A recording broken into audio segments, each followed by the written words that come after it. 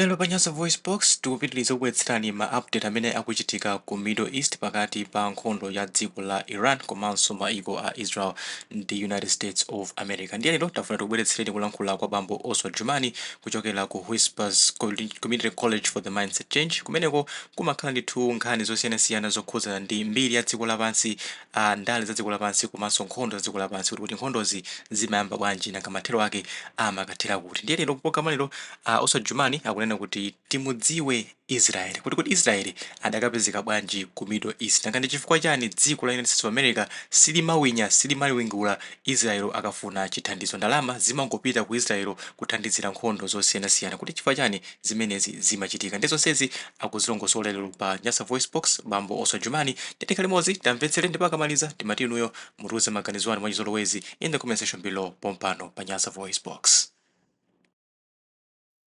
Moni ma Whispers mudziko la ma strangers tikulondreni kuno ku K9 studio madzulo apa 8 Marichi 2026 pamene tili nzigawo zoyang'ana nkhani zomwe zili pa international interest current affairs. Imeneyi ndikuti nkhani zomwe zikuchitika zomwe zili mkamwa ndikuti takhazikika ku Middle East komwetu kuli kuphulitsana kuthirana kholingo pakati pa dziko la Israel ndi America mophatikizana kulimbana ndi dziko la Iran, ndipo Iran pobwezera ndikuti ikubwezera maiko okwana 15 pakamodzi, ndikuti maiko 15 against Iran.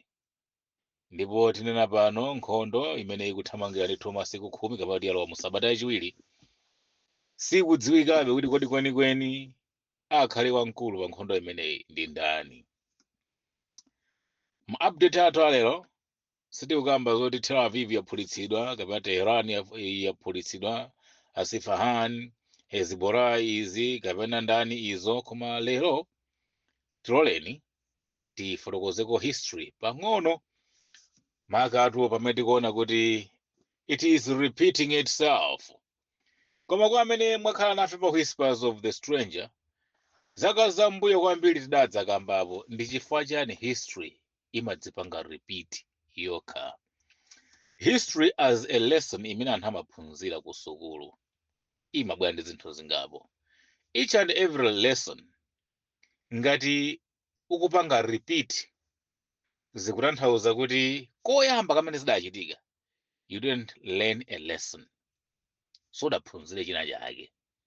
Dziko lapansi tidanena choncho kuti ngati dziko lapansi lidaphunzirapo china chake mu nkhondo yoyamba ya dziko lapansi, First World War, ngati dziko lapansi lidaphunzirapo china chake mu Second World War, tikukhulupirira kuti that history it will never again repeat itself.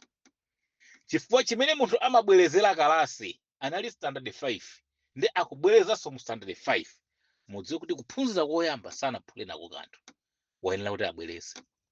Kodi ndizoona kuti dziko lapansi Second World War, First World War silidaphunzirapo china chake?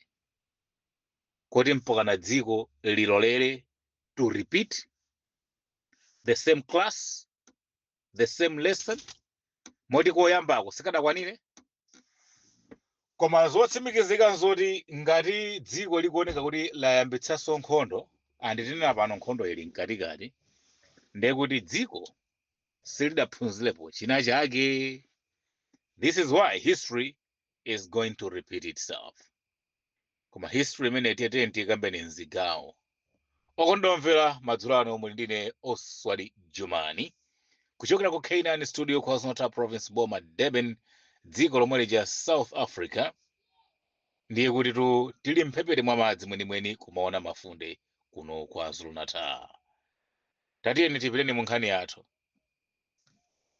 Dziko la America lidaluza nkhondo ndi Iran kuchokera pa nthawi imene America idavomereza manifesto a Donald Trump kuti aimenso ngati president ndi kuti akakwaniritse masomphenya ake.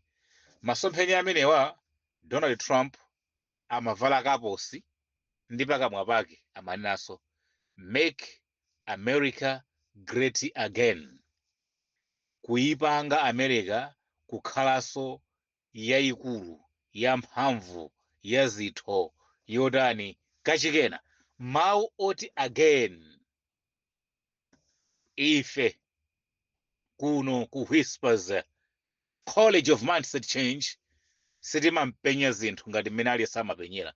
Tidaona kuti mtsogoleri kati ndi president kandi mfumu kandi achamani kandi ndani, ngati iwe uli mtsogoleri samalitsitsa malankhuliro ako, chifukwa anthu they pick your words ndi kuyamba kutanthauzira.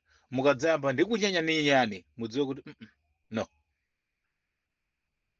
anthu mawu ndi kunyanyani atati atuluka pakamwa pa munthu wamba ndi nkhani ina, koma atatuluka pakamwa pa mtsogoleri anthu adzakhala pansi kufuna kudziwa. Ngati mtsogoleri akumalimbikira wadya ntoliro nsanje tuchitipa wadya ntoliro, inu moti simungakhale pansi nkuyamba kufufuza kuti kodi chisimu mwambi oti wadya ntoliro angamatuluka pakamwa pa president chisawawa? Tafufuzani muone kuti mkatikati mwa wadya ntoliro muli chani. Tidanena kuti idzafika nthawi tidzatanthauzira mawu oti wadya ntoliro ankatanthauzanji, koma ndithu pali china chake chachikulu. Wadya ntoliro sanali mawu wamba. Ndi Donald Trump adabwera ndi mawu make America great again. Why again? Chifukwa chona kuti ife tonse timadziwa kuti America is the greatest, so why saying kapena why using mawu oti again? America atu inali itatha kalekale. Mwina inu ndine ndi amene sitimadziwa, koma America inali itatha kalekale, ndipo umboni oti America inali itatha ndi woti Donald Trump anabwera ndi mawu oti make America great again. Tifotokoza, koma nkhani yathu madzulo ano ndiyonena kuti tili pati mudziwe Israeli. Timudziwe Israeli, ndiyo this is season 3 episode number 5. Tikuthamanga ndithu. Nkhani yathu yayikulu ndiyonena kuti ndi chifukwa chani Britain komanso America inakhazikitsa ma military bases ku Middle East, nanga ndi chifukwa chani Balfour anakapanga declare Israel ngati dziko m'mimba mwa dziko la Palestine. Nkhani ziwiri zone ngati zifupi mafunso ngati awiri, koma kuti tiyambe kusungunula ndi mtunda. Okondedwa omvera, mukadzaona thandizo limene America limapereka ku dziko la Israel, Israel si dziko. Olazini yakewo amadziwa kuti Israel si dziko. Israel ndi imodzi mwa state mma states amu America. Israel kulibe dziko lingamalandire thandizo, support and anything and everything kuchokera ku dziko linzake ngati America nkumati limenelo ndi dziko. Israel si dziko. Israel ndi agent. Israel ndi state imene ma Americans anakayimanga ku Middle East mu dziko la Palestine. Chimene anachita ma Americans atayika dziko limene lili kapena atayika branch imeneyi kapena atatenga state imeneyi ndi kuyidzala mukakamiza mwa ndale mwa chinyengo mu Middle East. Adayika pa list maiko Libya, Egypt, Saudi Arabia, Qatar, Kuwait, akina Bahrain, maiko amene awa onse ama Arabs kupatulapo Iran, akina Lebanon, akina Syria adayikidwa pa ndandanda omalandira ndalama mabiliyoni US dollars. Ndicho linga choti aisiye America ndi Britain zimene idzichita mu Palestine asamalankhule, ndipo akapita ku United Nations General Assembly izizi asamakalankhule, ndipo kukamaphedwa anthu asamakalankhule. We give you money. Tizazitchula ndalama zochuluka kwake kuti Britain imapeka ndalama zingati, America imapeka ndalama zingati ku maiko onse ama Arabs. Atatero anakhazikitsa ubale, anakatenga mabase ndi kuyika m'maiko am Arabs. Do you know why? Ndi cholinga choti kummanga dzanja. Uyu ndi bwenzi langa koma ngati yemwe akumenya Palestine, ine apa sindingadzuke kapena kusuntha kukaleletsa. Komanso ndalandira kale ndalama kwa choncho tili pa business yayikulu ndi dziko la America ndekuti palibe kudzudzula ndipo zimene sizingalimbikitsidwe kuti zisiyike ayi.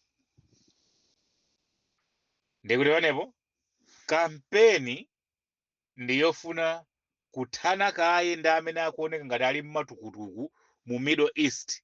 Enawa tidzangopanga command ndi mawu. Maiko okhawa amene amaoneka kuti akhoza kukhala opsa the whole Middle East inali Palestine komanso Iran.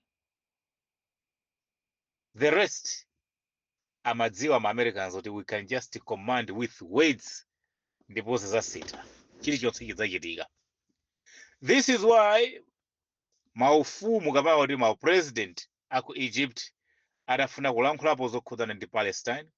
They will kill you, akhoza kuphani, angathe kukuchotsani pa mpando ndi kutenga president amene wakumufuna ndi kumuyikako. Zimene zakhala zikuchitika kapena kukutengani kukumangani ndi milandu yoti ndinu munthu amene muli ndi milandu yofuna kukayankhidwa ku International Criminal Court. Zimenezi ndizochita kukonza. Ngati muli president wa dziko limodzi mu maiko aku Middle East ndiye mukudzudzula America, dziwani kuti dziko limene muyambitsidwa nkhondo, akumangani mukakhalako ndende, akhoza kukuphani kapena boma lanu alipanga overthrow, muchoka ayikapo amene akumufuna. Apa ndi pamene pamafikira America nthawi ndi nthawi interfering ndale za ku Middle East pomana kuti iwo ndi amene amabweretsa regime change. You can never just go and say regime change kuti ife tikufuna kusintha ulamuliro m'dziko la eni yake. It means muli ndi mphamvu zimene mudadzipatsa nokha, zimene mmapachotsera maufumu, zimene mmachotsera mphamvu za maupresident m'maiko anthu ena. Pa zifukwa zimenezi mabase amenewa anakhala to monitor the whole Middle East kuti pasapezeke dziko ndi dziko mu Middle East limene lidzikambirana zofuna kulepheretsa mission ya ma-Americans ndi ma-Britain ku Israel kapati ku Palestine. Ne mabase onse aja ntchito yoyamba is to monitor relationship ya ma-Arabs in the region. Secondly, ngati nkhondo itadzayamba idzapeza kuti nkhondoyo ikumenyedwa konkuno ku Middle East adzamenyana okhaokha iwowa, isadzafike ku Israeli, isadzafike ku America. Ndiyoti zijamachita Iran zija ndi zimene America imafuna. Kuponya mabomba ku Bahrain, kuponya mabomba ku Qatar, kuponya mabomba ku Saudi Arabia, kuponya mabomba ku Oman, kuponya mabomba kuti zimene America amafuna kuti ngati mission itadzakanika kuti padzabuka nkhondo. Nkhondo yo zoonongeka zakhala zikuonongeka za ku Middle East kuno. Chifukwa Middle East ikadzaonongeka maiko ngati achina Qatar amene amatchuka ndi mtendere kumalo kumene munthu amatha kupangako invest ndalama zake, adadza kuti nkhondo ikadzayamba ku maiko amene wawa tidzagula katundu mochipa. Chifukwa dziko limene lili ndi nkhondo kulibe munthu amene amagulitsa katundu pa mtengo okwera. Nkhondo imene ikuluza kapena kuwina America, dziwani kuti ku Qatar sikudzakhaso kodula katundu ngati kalekale. And zimene zizi ngati nkhani ngati ma investments akuluakulu tikunena pano kutheka kuti anthu ena afuna kugulitsa ndipo mtengo ndi kuti akutchula ndi wogulayo.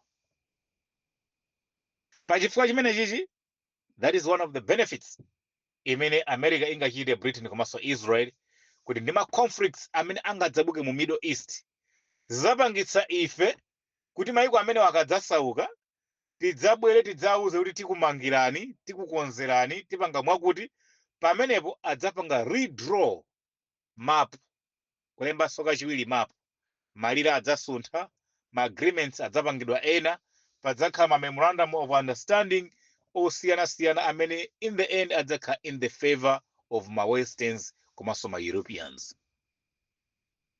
Akuphwasolera ma airport, aphwasula zijani waphwasula ndani maphwasulirana nokha chifukwa anakuyambanitsani podza kumangirani zidzabwera ndi ma agreement achilendo tati ndizisiyeni pambali zenezo.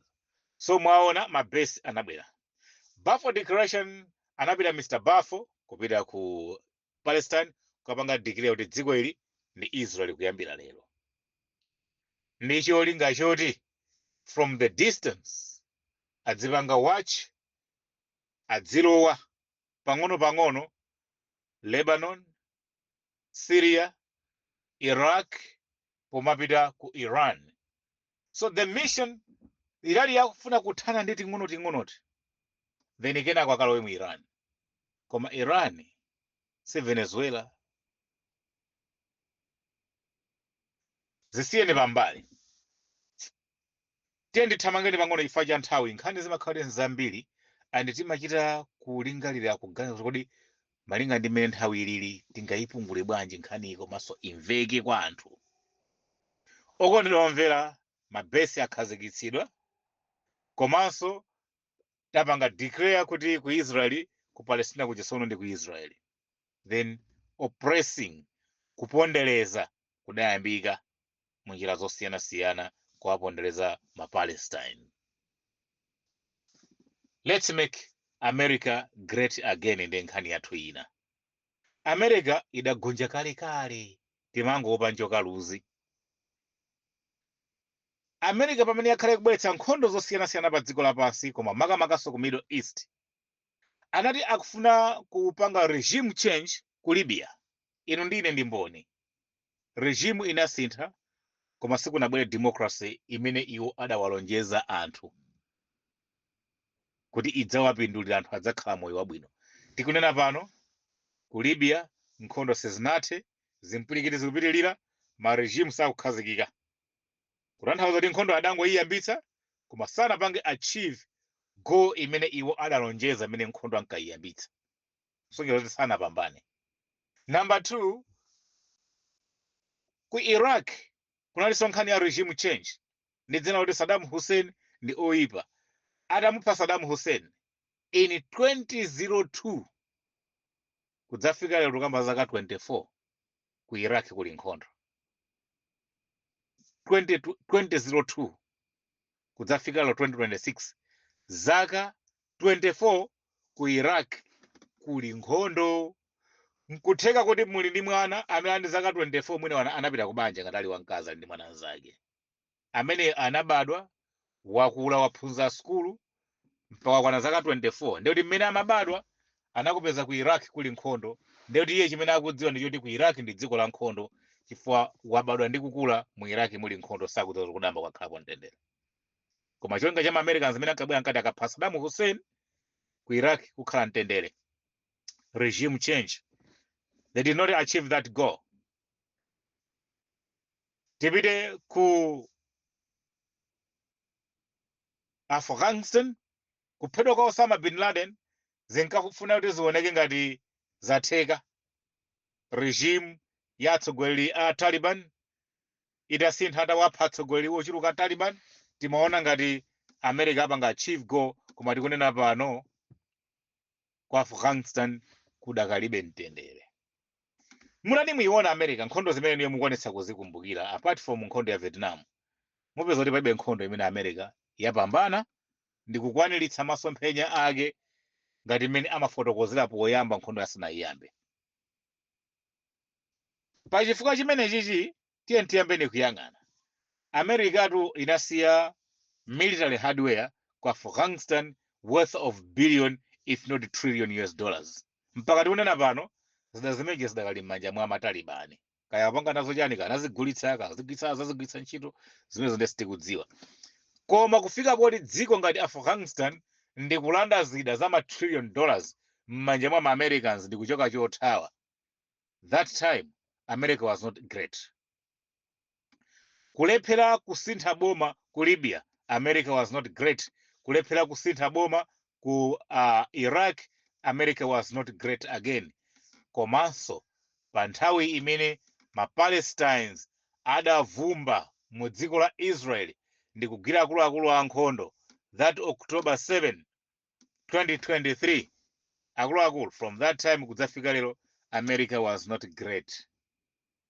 Pachifukwa chimenechi ngati Donald Trump amabwera ndi kuyamba kumatiuza kuti kampeni ndiyofuna kuipanganso America great again, how to make it great again, ndi kuyatsa moto Middle East yonse tigwaditse pansi, ikatha nkhondo anthu awa ayamba kutigwadiranso ife tikhalanso ma big boys. Koma tsoka ilo apotaola kuika Iran. And zikukayikitsa kuti is it America great? Tatiye ndithamangeni mwa msanga. Nkhondo yamenyedwa apa nopoti kunena pano mwina make tili m'masiku kwana 10 ngati si 11 chiyambeni cha nkhondo pa 28 February 2026 kudzafika lero pa 8 February 2026 28 March 28 February 2026 kudzafika lero pa 8 March 2026 masiku 10 ngati simati siku 11 mutati muone America is not becoming great. Kwa zaka America yakhala ikuuza dziko mungathe kuona ndi nkhondo ya Iran ndi America akonzekirana kwa zaka zoposa 50, but for the past 50 years America akhala kupanga advanced technology yazida za nkhondo ndi kamenyedwe ka nkhondo tikuti 50 years. Pa 50 years ipo dziko la America limachita business ndi aliyense amene angamufune dziko lapansi pano. Iran inali pamwamba pa ma sanctions over sanctions. Ne dziko loti lili free, lili ndi ndrama, ndi superpower, zaka 50 mukukonzekera nkhondo. Zakadziwika poyera kuti America alibe capability, alibe capacity yopanga pa nkhani ya nkhondo zofanana ndi zimene amalankhulako kamwa kwawo. Zaonekera pa nkhondo ya Iran. America zaonetsera poyera kuti ali ndi defense system, kandi air defense, kandi yapa nthaka, kandi ya madzi, kandi chani. Ine defense yoti angathe kuitchula iwo ma Americans imene ali nayo imene most advanced. Zaonekera kuti it is not even advanced yet. Chifukwa chani? Paliponse pamene pali katundu wa America ku Middle East mpana ku Israel, bomba loponyedwa ku ku Iran lakafika malo amenewo. Ndipo zipangizo zina ndikumalephera kuzindikira kuti zipange activate ma siren kapena kupanga activate ma anti-missiles kuti ziyatse ziyamapanga interception mpaka na mabomba kumagwa kuphulitsa chinthu. Regardless tikayase chinaonongeke kasikinatani koma bomba lopangidwa ndi ma Iranese, anthu amene ali ma sanction, anthu amene alibe maubale pa dziko lapansi pano, ndi iwowa amafatsa ndi kumapanga mabomba amene akwanitsa kupanga penetrate chitetezo cha America, penetrate chitetezo cha Britain, penetrate chitetezo cha Israel, ndi kukaphulitsa ndi kunyenya zinthu ndi kupha munthu. Ichi ndi chizindikiro chonena kuti ngati China ndiyoti is watching, ngati ili Russia is watching, maiko ena onse pa dziko lapansi they are watching, ndi kumadzifunsa mafunso kuti akulu awa mmene akhala akulankhulira muja ndi zoonadi iwowa lero lino mu Israel mungamagwe mabomba, mu Israel mungamayende ma drone, sure mabesi America angamaphulitsidwe ngati anthu akuphulitsa misika ya masakasa, koma mwini wake akuyang'ana ndi maso. Chimene America atsekera internet ku ku Iran ndi kuletsa anthu kuti asamajambule ku Israel ndi njira imodzi yobisa kugonja. Mukanasiya anthu ajambule zithunzi, mavideo, alolera atolankhani ajambule aonetse ku dziko lapansi kuti mukuona after 10 days tikumenyana nkhondo, ife dziko lathu lidakali chimodzimodzi. Atolankhani jambulani paliponse mwaonetsa anthu kuti ifetu zida zonse zimene Iran ikuponya palibe ndi chimodzi chomwe chimene chafikira pasi ndi kuononga chilichonse. Osasiya atolankhani banja apanga zimenezo. Ndikwasiya atolankhani ajambule ku Iran paliponse pamene patibuka anthu awaonetse nde anthu akwanitse kuona ndi kupanga appreciate usuperpower wa America, usuperpower wa Israeli. Ndi zida zoopsa zimadayika m'mabase m'maiko onse aku Middle East. Osasiya atolankhani bwanji ajambule ndi ife tione tokha kuti koma to America nkatundu. Kani mabomu akaponya ndi mmene zimachitikira, koma mukumangoona zithunzi from the distance. Kufika pomaphulitsa chithunzi ndi kumauza anthu kuti aphulitsa ndege. Chokhacho chongobisa uthenga kuti anthu asadziwe zoona zenizeni zimene zikuchitika kuseli kwa makatani pamene Iran ikuponya mabomba mu Israel. America is not great again. Yalephera. Pamene apa okondedwa omvera, dziko la America lidagonja nkhondo tsiku limene atulutsa mawu oti let's make America great again. Chifukwa chani? Azini ake anali akudziwa kuti America inatha kalekale. Inatha ndi matalibani ku Afghanistan, inatha polephera kukhazikitsa ulamuliro wabwino ku Iraq, inatha polephera kukhazikitsa ulamuliro wabwino ku Libya, inatha polephera kukhazikitsa bata ku Palestine, kodi mpaka na asilikali oti sa dziko anyamata amademo ndi kulowa mu Israel ndi kumanga makomanda ankhondo bwinobwino odzika bwinobwino mpaka tionena pano ena kumene ali sikudziwika. Inathera pamenepo. Today ikusasulidwa ndi Iran kuyimalizitsa kuti you will never be great again. Ifa nkhondo itatha in the favor of Americans. Zaonetsera poyera kuti Americans alibe chida, alibe system, alibe shield yowathandiza kuwateteza kuti atati avumbitsidwa ma drone, atati avumbitsidwa ma missile, iwo nkulephera kwa apeza. Aliyense waona kufoka kwa dziko la America, kufoka kwa dziko la Britain, kufoka kwa dziko la Israel, ndipo aliyense wakhulupirira kuti zimene anthu amalankhula pakamwa ndi zabodza, anthu awa alibe mphamvu, anthu awa asadziwa nkhondo. Akanakhala kuti amadziwa nkhondo masiku 10 ndi ambiri. Ndipo mmene adapha Ayatollah Khomeini muja pamene paja nkhani chamenera kuti ite iwo aja amenera kukhala victorious. Koma pamene sizikutheka zimenezo ndipene pakuoneka kuti these people what they got is a big mouth. Kuchikamwa ndi kumene ali nako kumalankhula nkumawapseza anthu. I wonder ngati dziko lidzapitirira kuopa America ngati kalekale chifukwa cha nkhondo ya Iran. Okondomvera zokamba zikhozokhala zochuluka. Tati mabase amene ali ku Middle East anawayika ndi chonga kuti adzipanga monitor ubale wa ma-Arabs mu region yawo ndi cholinga choti mmodzi akamamenyedwa wina asamakwanitse kulowerera. To monitor. 2. Mabesi awa anakhazikitsidwa ngati mission yathu itakanika kuti payamba nkhondo pakati pa ife ndi limodzi mwa maiko akuno ku Middle East. Sitikufuna kuti obwezerayo akamadzaponya mabomba azizalunjika ku New York kapena ku Washington, koma tikufuna kuti iye adzaponya mabomba ake konkuno. Ndipo taziona zimene zikuchitika. Iran ikuphulitsa achina Qatar, Saudi Arabia komanso achina Bahrain. Mission number 3. Mission ina dziko la Israel si dziko palokha ngati la ku Middle East, ndi state ma states a United States of America. Kuyichotsa ndi kudzayika paja kuti kumene kuja kukhale ku camp kuphunzitsira zigandanga zimene zinkazipha anthu nkhondo pa dziko lapansi. Kuyambira kumawa mpaka kumadzulo kuti mpaka kuti tikunena pano kulikonse kumene mukudziwa kuti America imakachita ziwembu zikuluzikulu, anthu ake amakhala ochokera ku Israel. Special dziko longosungira zigawenga zoti zinkazipanga chiwembu pa dziko lapansi. Ndipo aja anafuna kuti anthu awa akhale kuno ndi cholinga choti afupikirane chifukwa amadziwa kuti pa Middle East kapati pa Palestine ndi pa mchombo pa dziko lapansi, kuchoka pa Palestine kubwera ku Africa, kuchoka pa Palestine kupita ku Europe, kuchoka pa Palestine kupita ku America, kuchoka pa Palestine kulowera ku China kapena ku Russia, kuchokera pa Palestine ndi pa mchombo kulikonse ungathe kutifupikira, unlike kuti tikhale ku America ndi kumanzere.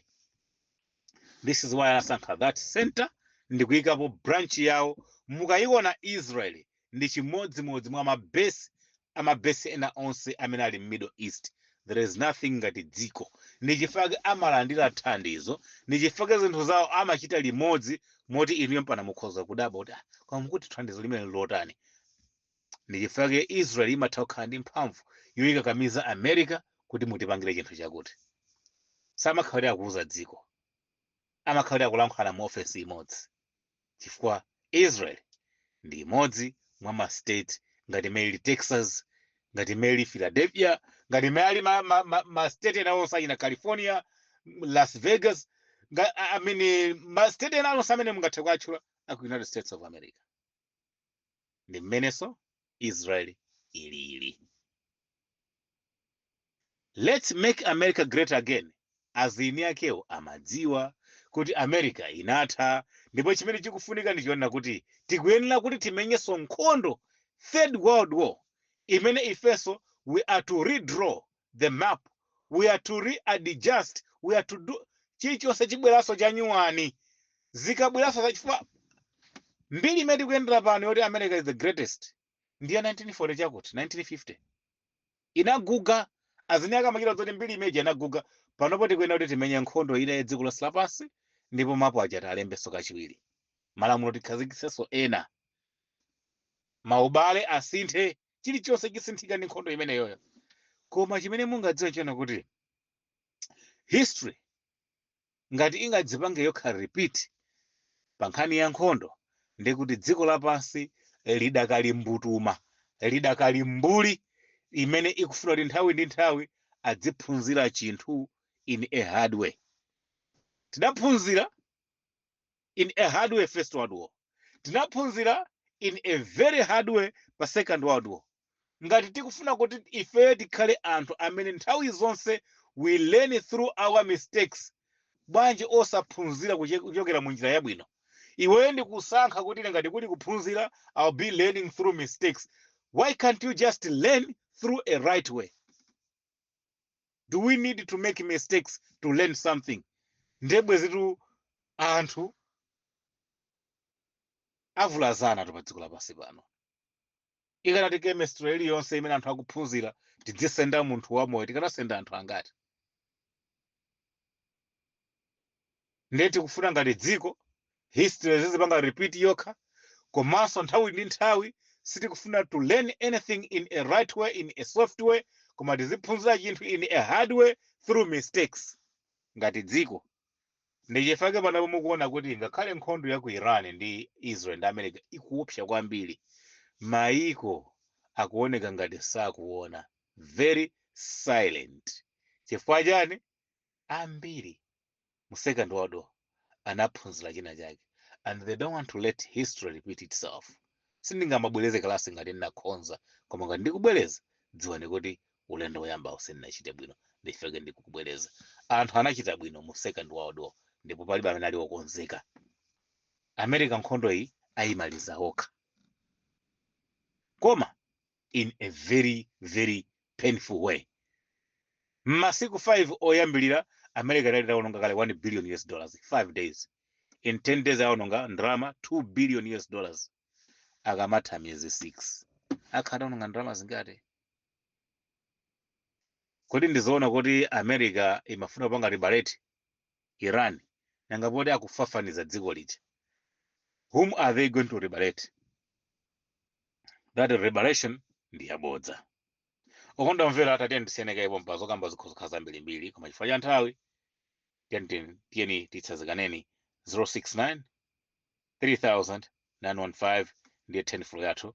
Namba yathu ya 078280 imeje tamba ni mwaisi yakaye. Gwitsani ntchito namba imodzi 069 303 915. Mukatero ndiye kuti tilumikizana, mwina nkutheka pa zimene mukudziwa zoti pange share limodzi, komanso mwina nkutheka pa zimene mufuna mutitsutse, komanso mwina nkutheka kuti mufuna kujoina ma platforms athu, line yathu ndi imeneyo. Koma nonse madzulo abwino, bye bye.